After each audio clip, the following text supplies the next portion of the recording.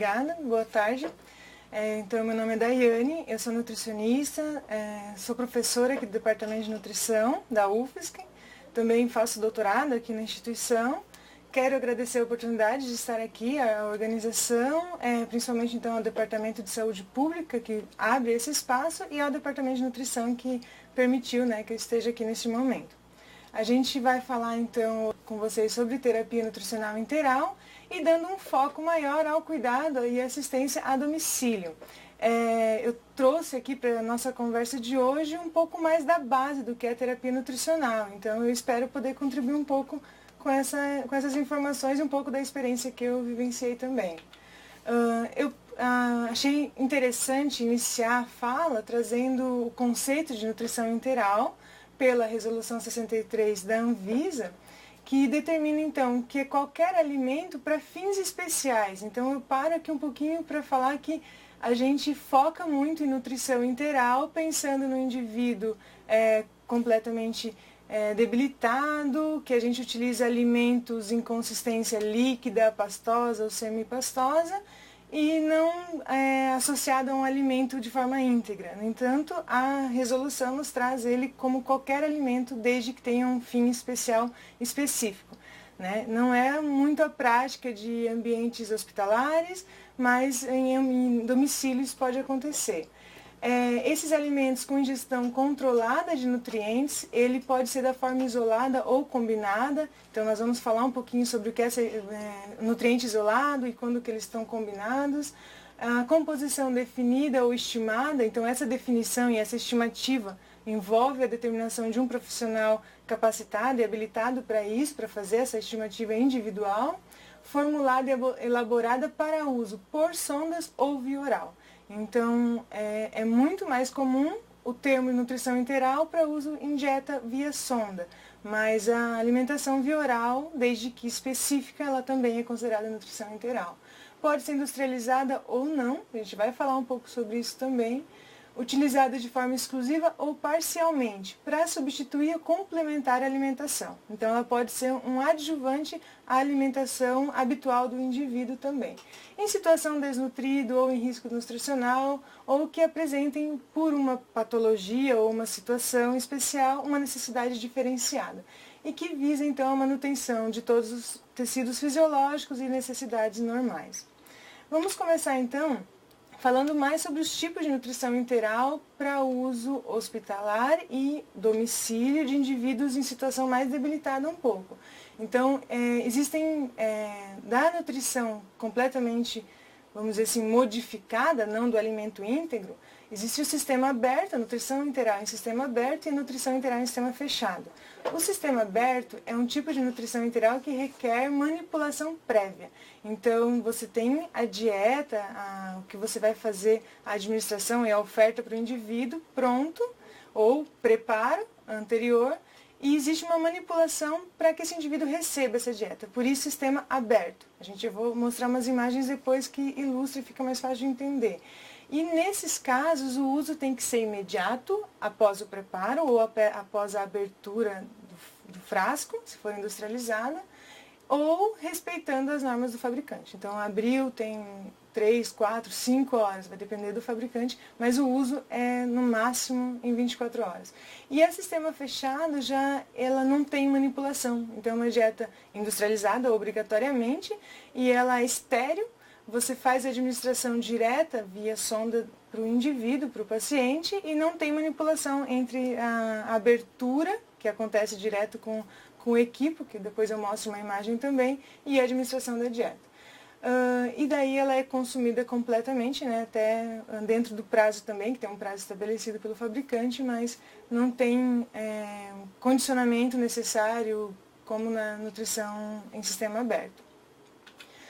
Essas imagens aqui são de nutrição integral em sistema aberto, do modelo, então, suplemento ou complemento. Por que suplemento ou complemento? Porque elas não, sozinhas, elas não são suficientes para o indivíduo para atingir suas necessidades. Então, elas vão ter mais concentração de alguns nutrientes ou mais concentração de algumas vitaminas em específico e podem faltar outros nutrientes. Na primeira linha, nós temos mais o que seria um mix de nutrientes, carboidrato, proteína, lipídio e um mix de vitaminas. Né? A primeira embalagem que a gente visualiza mais arrosada, na parte superior, ela, por exemplo, claro, eu escondi a marca ali, mas ela tem várias vitaminas envolvidas, mas você não consegue atingir a necessidade do indivíduo oferecendo apenas esse tipo de nutrição. As outras embalagens, elas diferem apenas em composição também, mas diferem mais no tipo de embalagem em si, mas são nutrientes, são suplementos líquidos, pronto para ingestão. Esses geralmente são usados via oral para indivíduos que não estão em uso de sonda, mas não é contraindicado também. Na parte inferior, eu trouxe imagens de módulos. Então, esses módulos são o quê? São suplementos ou complementos que apresentam concentração de um determinado nutriente em grande proporção em relação aos outros. Alguns têm um único nutriente específico. Então, por exemplo, o primeiro frasco mais branquinho, ele mostra, ele apresenta, na verdade, a concentração de lipídios, né? Só que ele tem uma composição feita para que possa acontecer a ingestão via oral. Já aquele outro frasco mais marrom, ele é uma composição lipídica também, mas ele não vai ter um sabor agradável. Então, ele já é utilizado mais para acrescentar em preparos de nutrição interal para a sonda.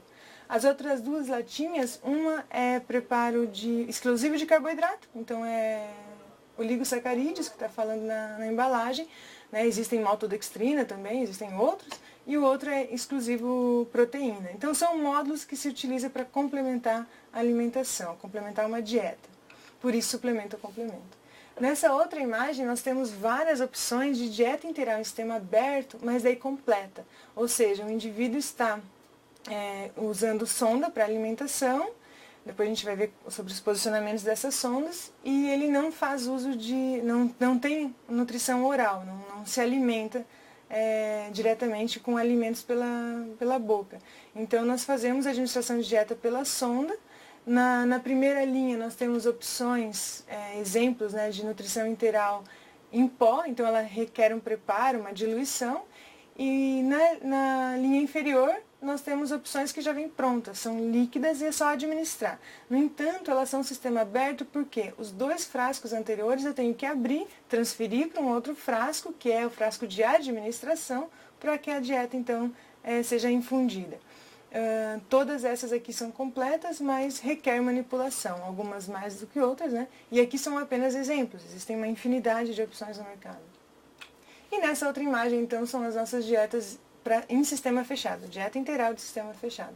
O que é sistema fechado? Vocês podem ver que nós temos duas imagens que estão mais à direita, né? Que são embalagens flexíveis, e as outras duas são embalagens, então, tipo garrafa PET mesmo, mas todas existem uma quantidade de nutrição integral pronta e que não vai requerer nenhuma manipulação. A embalagem não é aberta, o líquido não é transferido para outro frasco. Nós temos a sonda do indivíduo, um equipo que é utilizado para a administração da dieta, e em uma das extremidades do equipo ele é pontiagudo. Então, essa extremidade ela vai ser utilizada para perfurar e abrir essas embalagens, num local específico, né, naquela abertura, naquela extremidade que é própria para isso.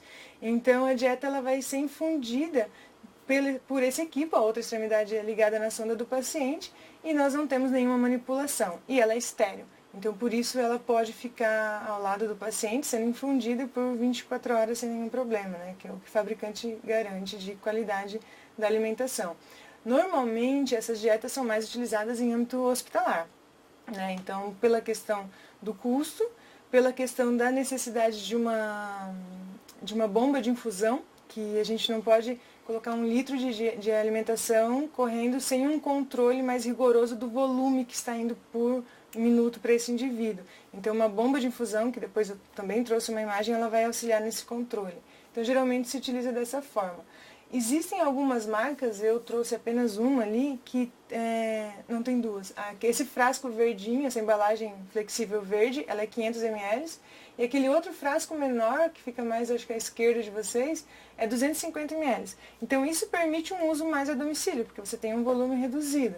mas mesmo assim não é muito comum. São dietas mais caras também, justamente por ter essa característica, né, da embalagem. Bom, além dessas dietas que são todas industrializadas, nós também podemos abrir mão e preparar uma alimentação integral para passagem via sonda em casa, que são chamadas então de dietas artesanais ou caseiras. Elas são preparadas à base de alimento in natura. Esses alimentos nós vamos ter que fazer um preparo dele, muitas vezes ele vai ser submetido à cocção, né, vai ser cozido, depois tem que ser liquidificado e necessita que seja passado por uma peneira, é preciso coar esse líquido. Então, nesse momento, a gente acaba retirando fibras e isso acaba muitas vezes restringindo um pouco a oferta de nutrientes nessa alimentação. Mas ela é possível, ela é factível. Existem bastante casos, né? Inclusive eu já acompanhei também pacientes a domicílio em uso de dietas artesanais e elas têm a vantagem de ser mais, um valor mais acessível, né? E você também pode fazer uma combinação associando uma dieta preparada à base de alimentos com aqueles módulos que eu apresentei nos primeiros slides. Então, você combina, o nutricionista, né, vai fazer um cálculo de uma alimentação, quais são os alimentos utilizados e no final a gente consegue verificar qual é o resultado dessa combinação de alimentos. Então, o meu resultado ficou muito baixo para carboidrato, por exemplo. Então, eu tenho um módulo de carboidrato, eu vou lá adiciono 2, 3 colheres e eu completo essa alimentação. Proteína, é mais comum proteínas, né? Vitaminas também pode ser utilizado dessa forma. Uma outra vantagem desse tipo de alimentação é um preparo individualizado. Então, se você faz um uso de dieta industrializada, ela é padrão, né? Agora, quando você faz uma dieta caseira, você escolhe os alimentos que vai integrar.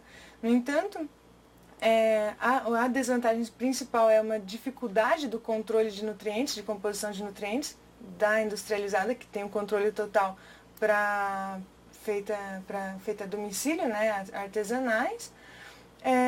E como o indivíduo está com uma alimentação por sonda, essa individualização que o alimento permite não tem uma diferença tão significativa, já que ele não tem a percepção do sabor desse alimento, né? Tem também um maior risco de contaminação, né, já que tem uma manipulação, que também tem que ser cuidado nos sistemas abertos. Então existe um cuidado, depois eu trago um pouquinho aqui para falar com vocês sobre isso também, mas acaba que a alimentação artesanal se expõe um pouco mais. Ambas vai precisar sempre de acompanhamento, né, de um nutricionista para acompanhar as necessidades do indivíduo e como está essa oferta de nutrientes. Bom, em relação à classificação da nutrição integral, as dietas elas podem ser classificadas então conforme a composição de nutrientes e o quanto esse nutriente ele está disponível na integridade da sua composição. Então, a primeira classificação é polimérica. A polimérica é o mais próximo de uma alimentação normal. Então, os nutrientes estão mais íntegros, você acaba conseguindo combinar mais a concentração de calorias que vai formar, a concentração de macronutrientes, a distribuição dos macronutrientes. Normalmente tem a presença de fibras, ela pode ser hiperproteica, que tem uma quantidade maior de proteína, pode ser normo também, da mesma forma com as calorias. E uma boa característica dela é a osmolaridade, que osmolaridade, por conceito, é a concentração de soluto na solução, então no líquido. Quanto maior a concentração, maior a osmolaridade, maior risco da dieta vir a causar a atração de líquido para o lúmen do intestino, para dentro do intestino, e o indivíduo pode manifestar diarreia. Então, essas dietas têm uma osmolaridade mais baixa, então a chance de desenvolver algumas complicações associadas a isso é menor. Depois nós temos as oligoméricas e as monoméricas, que são dietas que os nutrientes estão mais hidrolizados, ou seja, mais quebrados, mais rapidamente absorvíveis. É como se já tivesse passado por um estômago, então já passou por um processo de digestão, claro que uma digestão química, né? Nós temos nutrientes totalmente então quebrados ou parcialmente hidrolizados, só que a osmolaridade dessa dieta já é um pouco mais alta, porque o nutriente está mais disponível, então ela tem uma capacidade de atrair água maior e o custo dela é maior também. No entanto, elas são muito necessárias quando eu preciso manter um repouso intestinal maior, então eu posso utilizar o trânsito intestinal do indivíduo, posso oferecer dieta integral, mas eu não devo manter um resíduo, uma formação de resíduo. As monoméricas mesmo não têm formação de resíduo. Então, algumas situações patológicas requerem esse tipo de alimentação. Depois nós temos as especiais. As especiais são dietas que são formuladas para um tipo específico, uma patologia específica. Por exemplo, o paciente diabético. A dieta sem sacarose, isenta de sacarose, é uma dieta considerada especial para essa classificação. O paciente hepatopata vai ter uma modificação na concentração de lipídios, então também é uma dieta do tipo especial. E a outra classificação são os módulos, que é como eu já apresentei antes, então são aquelas fórmulas que têm uma concentração específica de um nutriente, ou carboidrato, proteína, lipídio, ou pode ser uma concentração de micronutrientes também. Ok? Bom, nessa tabela eu trouxe aqui para demonstrar para vocês como que pode se apresentar a composição de macronutrientes, principalmente, e fibras, dessas dietas, dessa classificação que nós vimos anteriormente. Então, na classificação da polimérica, a padrão normalmente apresenta uma distribuição de proteína, carboidrato e lipídio normal. A questão da osmolaridade fica também baixa, em torno de 300, e ela pode ou não ser acrescida de fibras. Isso vai depender da escolha mesmo, né? Todas as marcas têm com ou sem fibras. Ela pode ser também hiperproteica, então você reduz um pouco a concentração de lipídio e de carboidrato para aumentar a concentração de proteína nessa dieta. Ela pode ser suplementada com fibra, como eu já tinha dito, ou ela pode ser concentrada. Bom, a alimentação concentrada, ela vai ter uma distribuição de carboidrato, proteína e lipídio normal. Só que ao invés da soma dessa energia por ml de solução, por litro, for padrão, que é 1.0, ela vai ser 1.2 ou 1.5.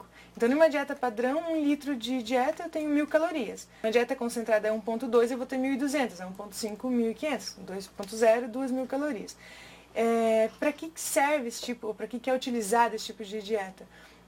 Para um indivíduo que não pode receber um grande volume, ou não aceita um grande volume de dieta, então, a partir de 250, 300 ml já apresenta distensão abdominal, ou apresenta diarreia, alguma complicação, ou para um indivíduo que aceita um bom volume, mas precisa ganhar peso. Então, para que você faça com que ele atinja as necessidades para o ganho de peso, por exemplo, eu ia ter que passar um volume muito grande, 2,5 litros de dieta por dia. Então, ao invés de você aumentar tanto o volume numa dieta padrão, você mantém um volume um pouco mais reduzido, mas com uma dieta concentrada.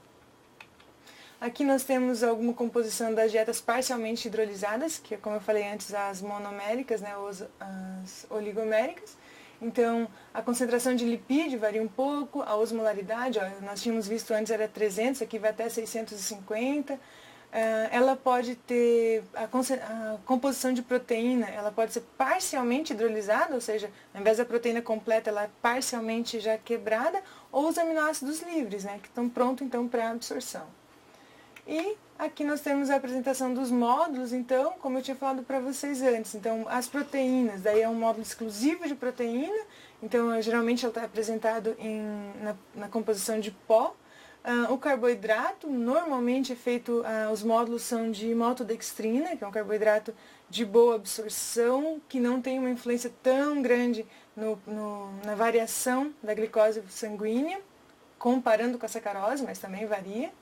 Lipídios eles podem ser suplementados em poliinsaturados ou em triglicerídeos de cadeia média, que também em algumas situações é recomendada a suplementação, ou ainda módulos de fibras.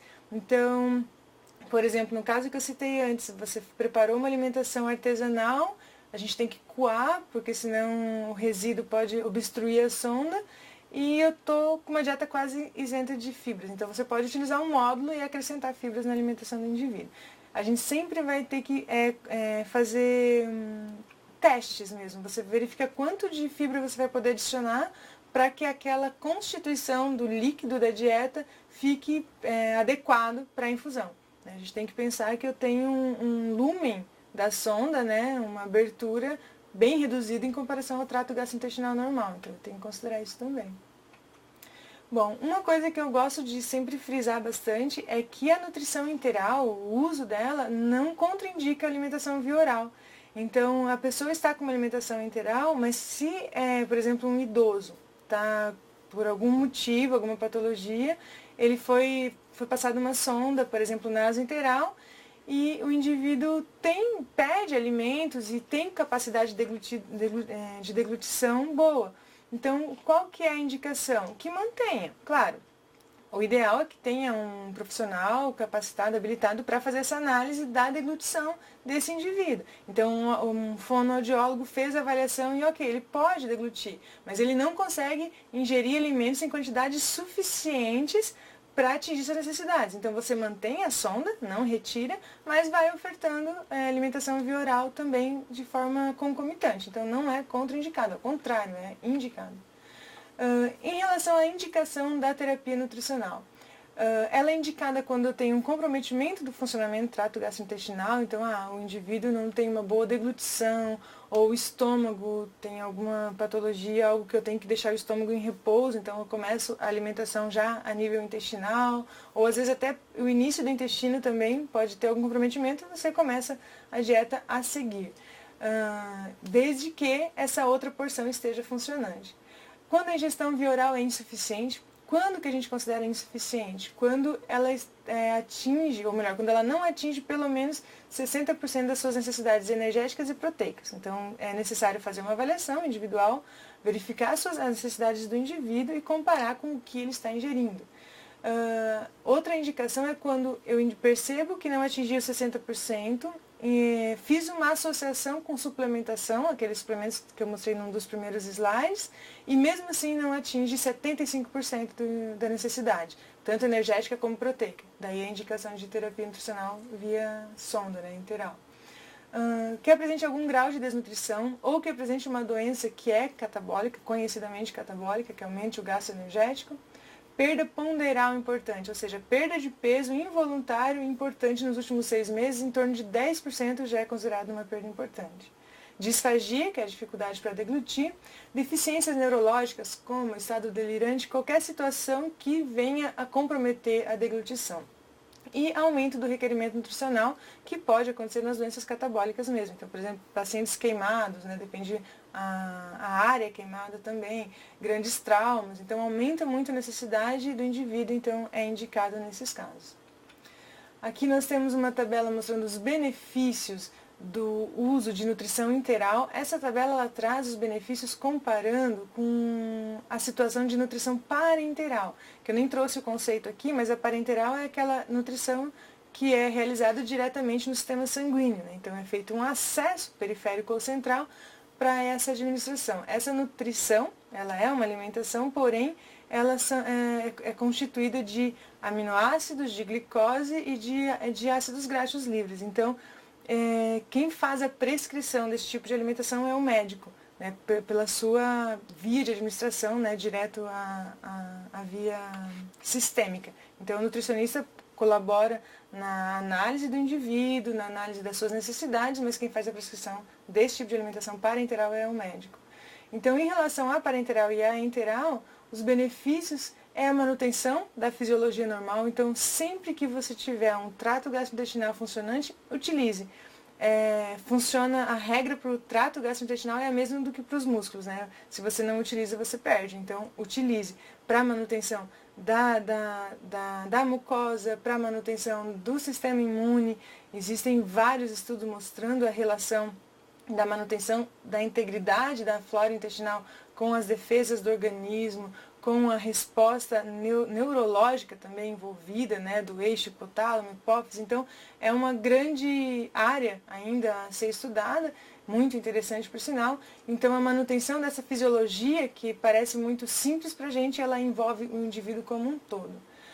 Imunológicos, acabei de citar também, e custos, Então, a nutrição parenteral, se a nutrição enteral, quanto mais especializada, maior o preço, a parenteral está no topo, Então, o custo, então, para o indivíduo, para o sistema de saúde também é bem significativo.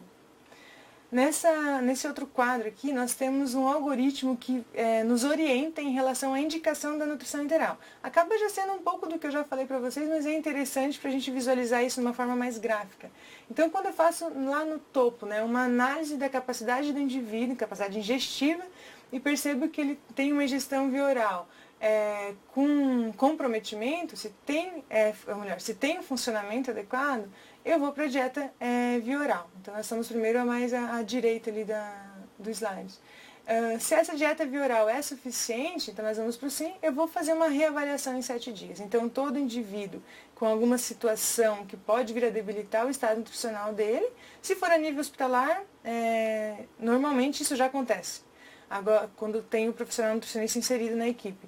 Agora, se é a nível domiciliar, isso deve ser chamado a atenção para a equipe que está acompanhando. A cada 7 dias faz uma nova avaliação da ingestão alimentar, da necessidade energética e vê como que está esse aporte nutricional do indivíduo. Se não é suficiente, eu vou tentar fazer uma combinação. Se for menor que 75% das necessidades, mas entre 60% e 75%, eu associo com uma terapia nutricional oral, que o uso daqueles suplementos, que pode ser os prontos, industrializados, posso fazer em casa também, acrescentando mais alimentos, fazendo vitaminas, por exemplo, que é muito útil nessa situação. E eu faço uma nova avaliação em 7 dias e vejo se isso resolveu a deficiência de ingestão que estava acontecendo. Se ela tiver agora menor que 60%, já é indicativo de terapia nutricional enteral. Voltando lá para cima, se a ingestão via oral não é permitida, eu tenho que verificar o que está acontecendo. O trato gastrointestinal está funcionante? Se ele estiver funcionante, então eu posso passar uma sonda. O indivíduo não consegue mastigar ou não consegue deglutir, então eu posso passar uma sonda para, vamos dizer assim, pular essa etapa que está com defeito momentâneo. Ou não. Né? Faz a passagem da sonda, lembrando que quem faz a prescrição da passagem da sonda é o médico, quem faz a passagem da sonda é a equipe de enfermagem, né? A nutrição entra com a prescrição dietética. Se a terapia nutricional ela é suficiente, ok, a gente mantém e vai acompanhando para verificar se é possível fazer o desmame, se esse indivíduo pode voltar a se alimentar sem o uso da sonda. Agora, se ele não for suficiente, daí é indicativo da nutrição parenteral. E se, voltando lá em cima, se ele não é funcionante desde o início, se eu tenho, por exemplo, uma pancreatite aguda, eu tenho que manter repouso naquele momento do trânsito gastrointestinal. Eu não posso usar a nutrição enteral. Então, eu já vou direto para uma parenteral. Claro que a parenteral, ela só vai ser indicada, já estou entrando um pouco mais num outro assunto, mas ela só vai ser indicada quando se tem um prognóstico de alguns dias que o indivíduo tem que manter em repouso do trato gastrointestinal. Né? A equipe vai avaliar, mas não é um dia sem alimentar já vai para parenteral. Né? Tem que ser feita uma avaliação mais completa dessa situação. Bom, quando que a nutrição enteral é contraindicada? Quando eu não posso utilizar o trato gastrointestinal, como eu já citei, né? Então algumas patologias, não é só a que eu tinha falado anteriormente, mas algumas não contraindicam. Quando existem, por exemplo, uma obstrução, então alguma massa ou algum trauma que aconteceu na região intestinal, gástrica, e, né, uma fístula, alguma situação que contraindica a administração alimentar. Situação de vômitos e diarreia severa. Bom, é importante frisar aqui o severa. Vômitos, existem alimentos que a gente pode utilizar que diminuem a secreção salivar e diminuem as náuseas e situações de vômitos. E a diarreia, eu gosto de, quando eu estava atuando mais na área hospitalar, eu sempre frisava assim, eu concordo em suspender a alimentação enteral temporariamente, por algumas horas, porque o fruto da diarreia é a dieta, mas a minha dieta não é a causa da diarreia. Então a gente tem que avaliar o que está causando. Eu não posso simplesmente, o indivíduo está com diarreia, eu tiro a alimentação, deixo ele 1, 2, 3 dias sem dieta para resolver isso. Não, eu tenho que descobrir qual é a causa e tratar para então garantir depois o aporte nutricional desse indivíduo. Ainda assim, em algumas situações a gente não retira a alimentação, você reduz para tentar garantir algum aporte nutricional. O indivíduo desnutrido, a falta de nutrientes, ele interfere inclusive no tratamento medicamentoso. Então, a gente não pode esquecer ou acreditar que eu vou tratar tudo o resto e depois eu vejo como que está o estado nutricional dele. Não, a gente tem que ter isso bem junto com o tratamento, é concomitante. Pancreatite, como eu tinha falado antes, né, situação aguda, depois a gente já pode entrar com a alimentação. Existem dietas industrializadas, principalmente para uso hospitalar, que ela é própria para indivíduos em situação de pancreatite. Doenças terminais. A doença terminal, assim como o último item, que é a inconsistência em relação ao diagnóstico e aceitação do indivíduo, isso é uma questão de conversa entre equipe, paciente e familiares também. Então, a nutrição, ela não tem apenas o objetivo, né, de resolver a situação fisiopatológica e de cura, mas também de manutenção de conforto, né, manutenção básicas. Então, mesmo em situação paliativa, em situação terminal, a gente pode indicar nutrição integral, desde que tenha, então, comum acordo com a família e com o indivíduo. Quando não existe acordo, né, a alimentação integral, então, não é recomendada. Aqui nós temos a imagem, então, com as vias de acesso, né? Então, nas duas imagens superiores, nós temos os acessos que seguem, vamos dizer assim, a estrutura fisiológica do indivíduo. Então, ela pode ser oro ou naso, gástrica ou entérica. Então, quando eu falo em oro ou naso, é a área de passagem da sonda, ou pela cavidade oral ou pela cavidade nasal. E quando ela chega até o estômago, ela é gástrica. Então, nasogástrica é passada pelo nariz, pela cavidade nasal, até o estômago. Nasoentérica, ela vai então até o intestino. A entérica ainda tem as alturas do intestino, né? Qual é o segmento intestinal onde a extremidade da sonda foi colocada. Normalmente essa sonda, após a passagem, é feito um exame de raio-x para verificar se a extremidade está realmente no local que deveria estar. E ainda existem as ostomias. As ostomias, então, ela é feita através de um procedimento cirúrgico simples, mas que a sonda é colocada no posicionamento ou gástrico ou entérico, que seja, mas a abertura é feita geralmente pela caixa, pela parede abdominal. Então, nós temos a gastrostomia, quando é feita uma ostomia fazendo abertura, ligação no estômago, ou, por exemplo, jejunostomia, que quando ela faz direto no jejum, né, que é a segunda porção do intestino delgado. Nessa outra imagem aqui mostra essas alturas que eu havia comentado anteriormente. Então, uma sonda naso, porque foi passada pela cavidade nasal, gástrica, porque parou no estômago, duodenal, porque ficou no duodeno, ou jejunal, porque vai até o jejum.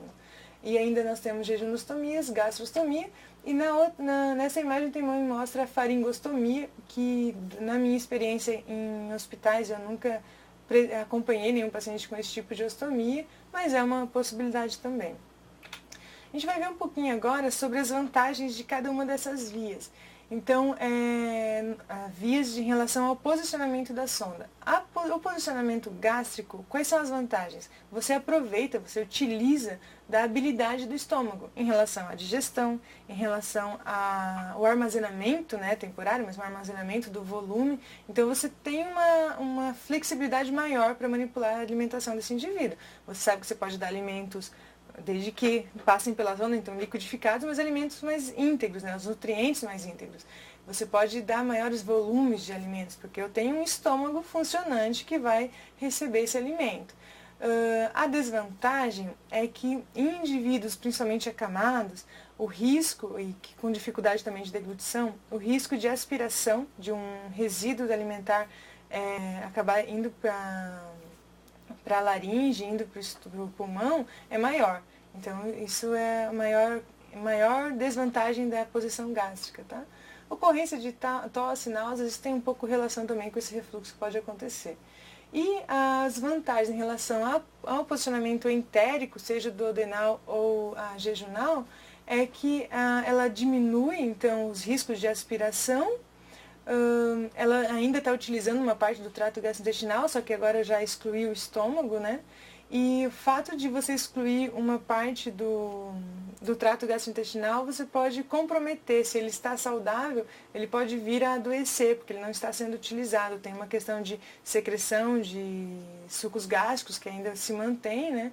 Que pode vir ainda a adoecer. E em relação às desvantagens, apesar dessa referência trazer um pouquinho da aspiração também, mas já é reduzido, eu acredito que é mais em relação ao volume e ao tipo de dieta utilizada. Se você está infundindo uma dieta direto a nível intestinal e não gástrico, você tem que considerar que esse alimento ele deveria ter passado pelo estômago, então ele já tem que ser mais digerido, né? Ele tem que ser uma absorção mais facilitada. Bom, em relação aos métodos de administração, Bom, a nutrição enteral, considerando a alimentação agora apenas por sonda, ela pode ser administrada em bolos, que é quando a gente utiliza o auxílio de uma seringa própria para alimentação enteral. Você tem o seu preparo da dieta, faz a colocação da dieta na seringa e conecta na sonda e faz a infusão.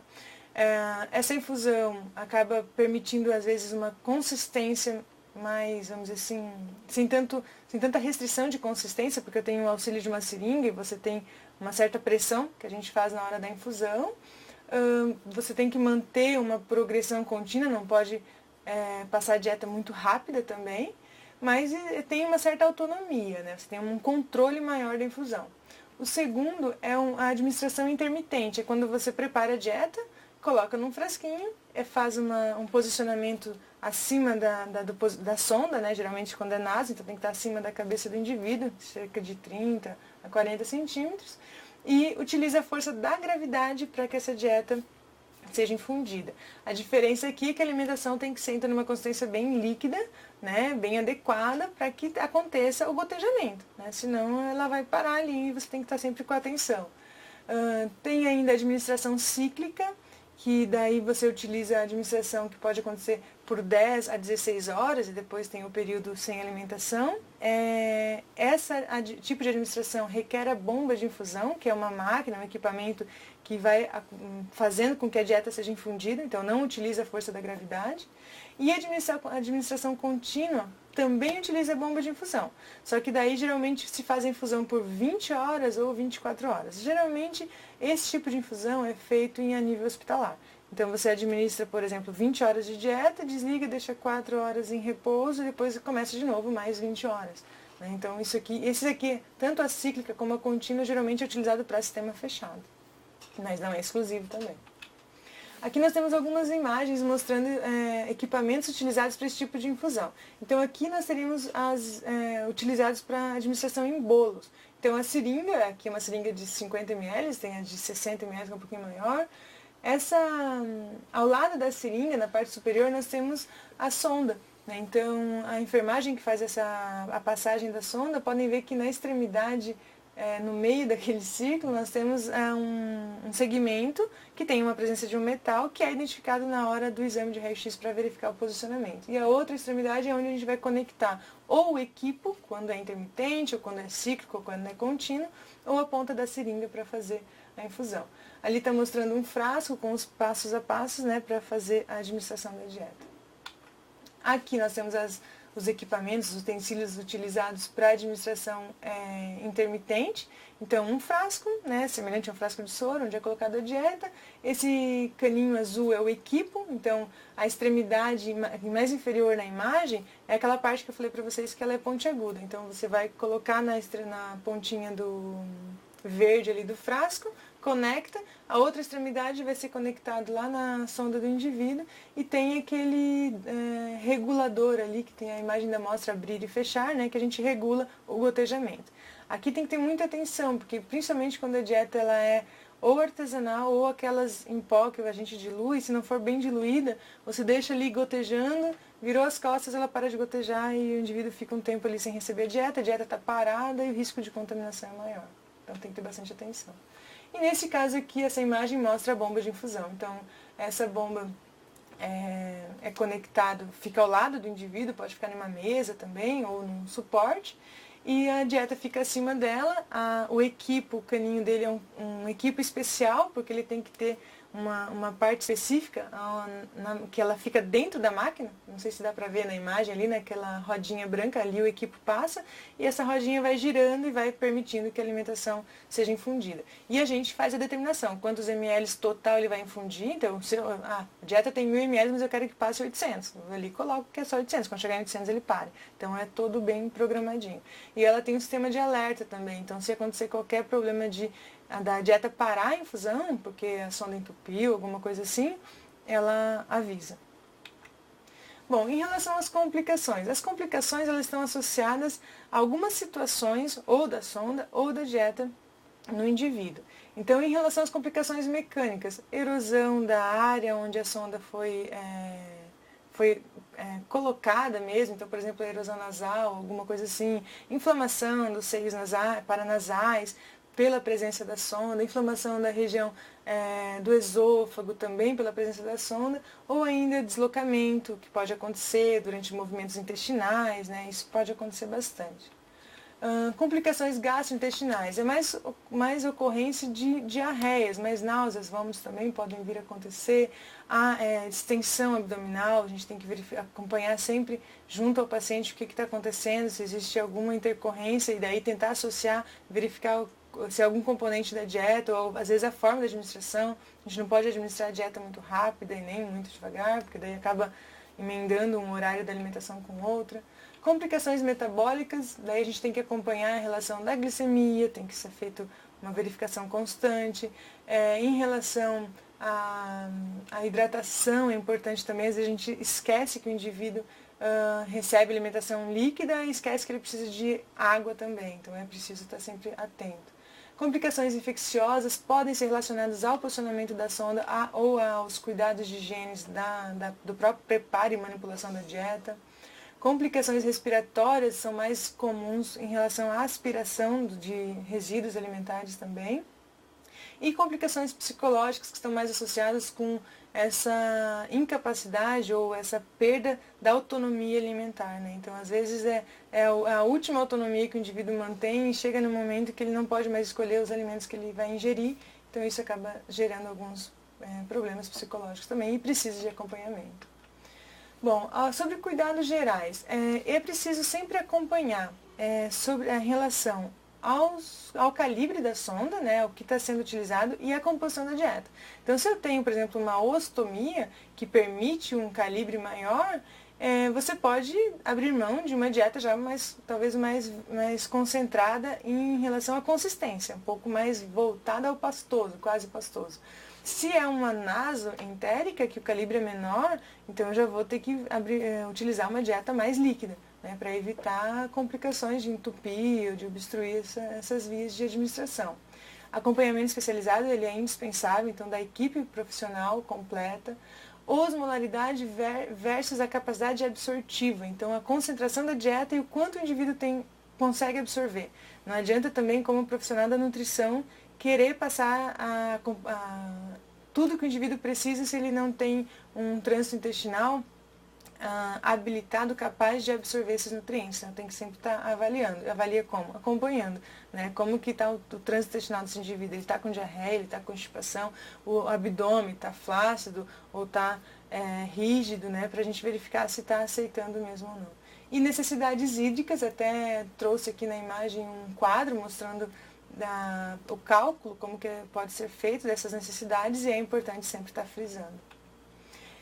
Além disso, cuidados de higiene pessoal do cuidador é muito importante, então toda hora que vai manipular a dieta tem que ser feito todo um cuidado. Quando terminou de passar a dieta, tem que passar um pouco de água pela sonda para retirar o resíduo que ficou na sonda e com isso limpar e evitar a obstrução, isso já é contado na hidratação também. A higiene do ambiente e dos utensílios que é utilizado. Descarte dos utensílios que são descartáveis é importante, não ficar reutilizando, porque os equipos mesmo não tem como lavar esses instrumentos. Sanitização dos alimentos antes do preparo é importante também.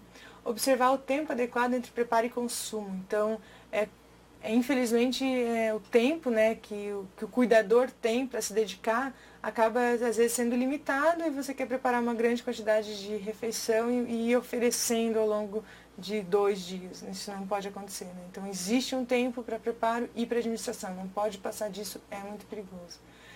Em função da infusão da dieta em temperatura ambiente. Essa é outra coisa importante. Não pode infundir dieta nem gelada e nem quente, né? A gente não pode permitir isso, porque vai alterar a contração mesmo de estômago ou de intestino, onde a dieta está chegando. Isso vai alterar o trânsito intestinal. O indivíduo pode não conseguir absorver de forma adequada os nutrientes, desenvolver diarreia, intolerância à alimentação, pela temperatura da dieta também. Água mineral filtrada ou fervida, tanto para hidratação como para limpeza da sonda. É muito importante para garantir a qualidade dessa água. Em relação ainda ao posicionamento, Indivíduos acamados, é importante que na hora da infusão da dieta, a cama ou a cabeceira seja inclinada. Então, se preconiza 45 graus, né, a partir disso para mais, então quanto mais sentado melhor. E depois que acabou a dieta, 30 minutos a manutenção dessa postura, que é para evitar justamente a aspiração que é comum. Seguir o plano estabelecido, então tem um nutricionista envolvido que fez um cálculo da necessidade e da prescrição, então siga esse plano. Se por algum motivo não está conseguindo seguir, quando é feito o fracionamento de dieta, que é bem comum em caso de uso de sonda, às vezes um horário está ficando muito perto do outro e daí o indivíduo está ficando sempre muito indisposto, reclama de distensão abdominal e você pula um horário. Anota e fala para o nutricionista depois. É muito importante para que ele possa verificar como pode modificar o esquema para atingir as necessidades, né? Não deve ser passado despercebido. E as dietas artesanais sempre tem que liquidificar e coar para evitar, então, o entupimento da sonda. Acompanhar pela equipe multiprofissional o estado nutricional, os dados clínicos, verificar como que está a sonda. Então, muitas vezes o local de posicionamento da sonda está com alguma inflamação, é muito importante acompanhar, isso pode gerar outros problemas. Em relação ao funcionamento gastrointestinal, aos exames laboratoriais, sempre que possível eles têm que ser acompanhados por toda a equipe, e essa equipe ela é composta então por vários profissionais. Então, a legislação traz que em âmbito hospitalar nós temos que ter a presença do médico, do nutricionista, do enfermeiro e do farmacêutico obrigatoriamente. Outros profissionais também podem fazer parte, mas obrigatoriamente esses profissionais. Cada um tem a sua especificação, a legislação é bem clara quanto a isso, em relação à função, mas é muito importante. O indivíduo precisa desse acompanhamento multidisciplinar. E quando é a nível domiciliar, existem as equipes de saúde também especializadas e também completas por vários profissionais para esse tipo de cuidado. Em relação à dispensação de fórmulas pelo Sistema Único de Saúde, existe também uma legislação que regulamenta. O Sistema Único de Saúde fornece várias dietas, vários tipos de fórmulas interais, então, desde que tenha uma prescrição. Quando ela é a nível hospitalar, é a equipe multiprofissional de terapia nutricional que vai fazer essa demanda e o encaminhamento. Quando é ainda após alta, a nível domiciliar, nós temos então a equipe de atenção básica ou de atenção domiciliar que podem receber essa demanda, essa percepção da necessidade de uma nutrição integral e encaminhar também para os setores competentes.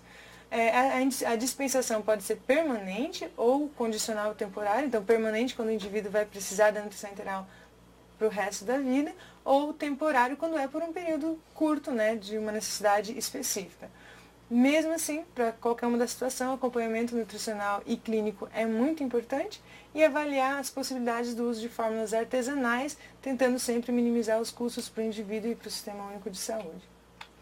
Bom, essas aqui são as referências que eu utilizei para a montagem dessa nossa conversa hoje. Agradeço muito a atenção de vocês, deixo o meu contato aqui, caso alguém tenha interesse para tirar mais dúvidas, mas a gente abre agora também para perguntas, né? E a gente vai respondendo dentro das nossas possibilidades. Agradeço muito. Pergunta, a partir de qual volume de resíduo gástrico que temos que suspender a dieta? Olha, a gente tem que avaliar como um todo, né? Quando o indivíduo apresenta um resíduo gástrico permanente, você verificou em várias aferições, a gente vai verificar o que está acontecendo. Então, é uma situação de parestesia do intestino, então eu vou suspender a dieta temporariamente e tentar verificar o que está acontecendo em relação ao nível intestinal. Por que a dieta está permanecendo no estômago, né, nível gástrico.